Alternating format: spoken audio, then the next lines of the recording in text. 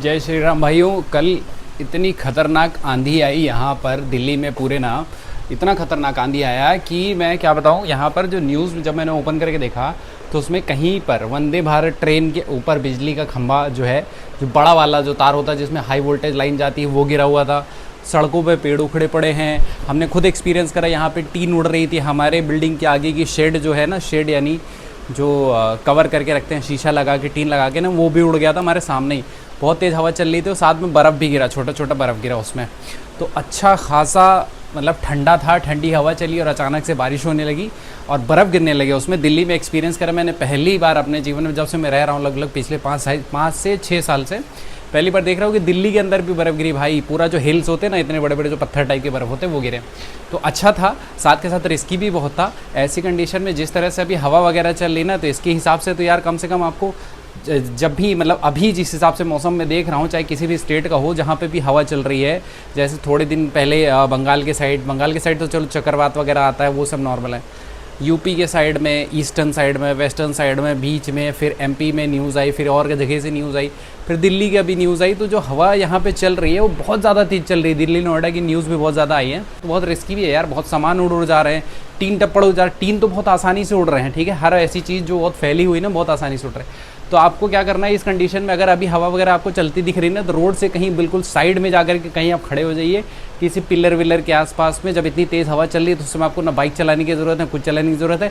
अगर आप ब्रिज के ऊपर है तो ब्रिज के नीचे आने की कोशिश करिए कि आप नीचे आ जाइए, साइड में कहीं पे खड़े हो जाइए, क्योंकि चलना बिल्कुल भी सेफ़ नहीं है। पेड़ गिरा जा रहा है, बिजली का तार गिरा जा रहा है, खंबा गिरा जा रहा है, लाइट का टावर गिरा जा रहा है, मोबाइल वाला जो टावर है ना, सब गिरा जा रहा है। ट्रेन पे गिरा जा रहा है, बाइक पे गिरा जा रहा है। एक आदमी की मौत हो गई, अभी मैंने देखा, बाइक से जा रहे थे, उनके ऊपर पेड़ गिर गया बड़ा सा। तो एक तो मौत हो गई, एक बहुत घायल हो गए, ठीक है। तो न्यूज़ हमारा क्या है, हम नोएडा में थे यहाँ पर, तो पावर कट हुआ थोड़ा सा। पावर कट होने के साथ ना, पावर कट मतलब लाइट चली गई थी, तो बिल्डिंग में इन्वर्टर लगवा दिया है अभी, तो इतनी दिक्कत अभी होती नहीं है। फ़िलहाल काम चल जाता है, 3-4 घंटे का बैकअप है, बहुत सारे कमरे हैं तो काम चल जाता है, इतना कोई समस्या होता नहीं है यहाँ से। मैं रहने वाली जो लोकेशन है ना, यहाँ पीजी वगैरह वाली वीडियो नहीं बना रहा, पर आपको स्टे के लिए दूसरे तरीके भी बता सकता हूँ। पर यहाँ फ्रॉड वगैरह भी होता है, तो आप ज़्यादा तेज़ बन करके वो ना करें, स्कैम में पड़ जाएँ तो फिर बहुत दिक्कत हो जाएगी। तो उसके लिए आपको क्या करना है मैं बताता हूँ। देखो, आप ना OLX वगैरह पे सर्च कर सकते हो, ठीक है। आप सिर्फ सर्च करो किसी दूसरे शहर से, अगर दिल्ली, नोएडा, गुड़गांव कहीं पे भी आना चाहते हो, OLX पे उस पर क्या है, रेंटेड हाउसेज़ वगैरह के लिए चीज़ें आती रहती है, ठीक। वहाँ पे दिखाएगा, जब आप सर्च करोगे रेंटेड प्रॉपर्टी दिखाएगा ओन करने के लिए, ख़रीदने के लिए। पर फर्जीवाड़ा बहुत ज़्यादा है, उसके चक्कर में ज़्यादा पड़ना नहीं, ज़्यादा स्मार्ट बनने की कोशिश करना नहीं, ठीक है।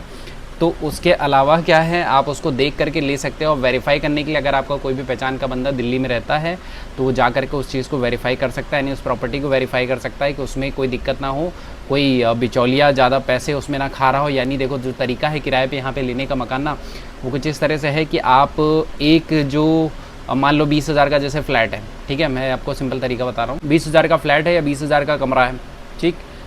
जहाँ भी आप रहना चाहे, जितनी भी उसकी वैल्यू है, अगर कोई दलाल उसमें जो होता है वो दिलाएगा उसको आपको, तो जो एक रेंट होगा, मान लो उसका 5,000 किराया है, वो फ्लैट पे भी लागू होगा और उस पर भी लागू होगा। जितना रेंट होगा उसकी बात कर रहा हूँ, वो 5,000 हो सकता है, 10 हो सकता है, 20-50 हो सकता है, आपके उसके हिसाब से।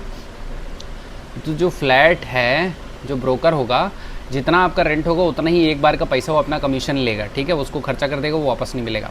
दूसरी चीज़, मान लो 10,000 का, एक मोटा नंबर दे देते हैं, 10,000 रुपये का आपका रेंट आपको देना है उस महीने का जो आप रहने जा रहे हैं। 10,000 रुपये आपको सिक्योरिटी देनी है, जो कि आखिरी में वापस मिलेगी।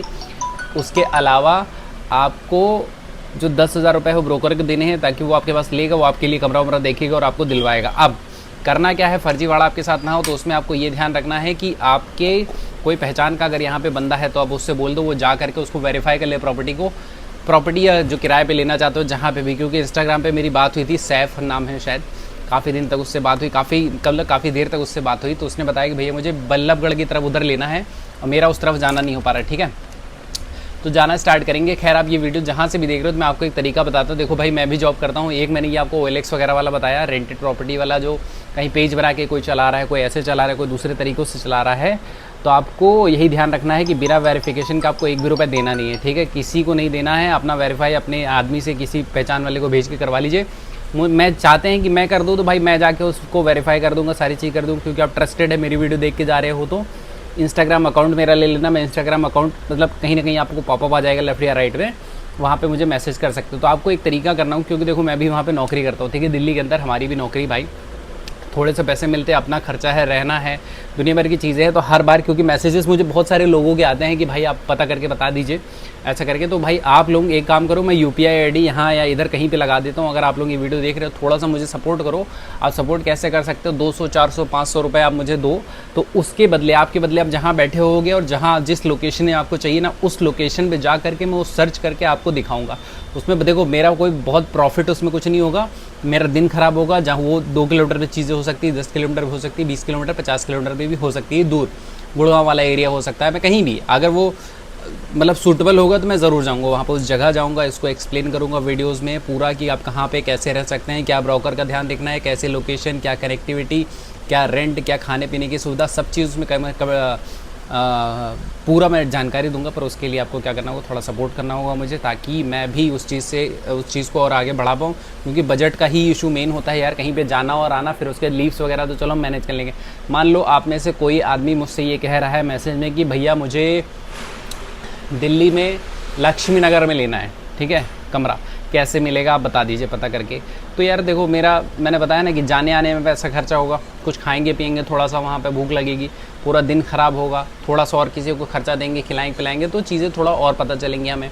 उसके लिए हमें क्या करना है, वहाँ पे जाना पड़ेगा। मैं पूरा व्लॉग टाइप का पूरा वीडियो में बना सकता हूँ। उसके लिए वहाँ जा करके मैं पूरी वीडियो डिस्क्राइब्ड जैसे बताता हूँ, एक एक चीज़ दिखा करके, किसको कितना पैसा देना है, किसको नहीं देना है, क्या उसका रेंट होगा, सिक्योरिटी वगैरह सब कुछ बताएंगे एक्सप्लेन वीडियो में।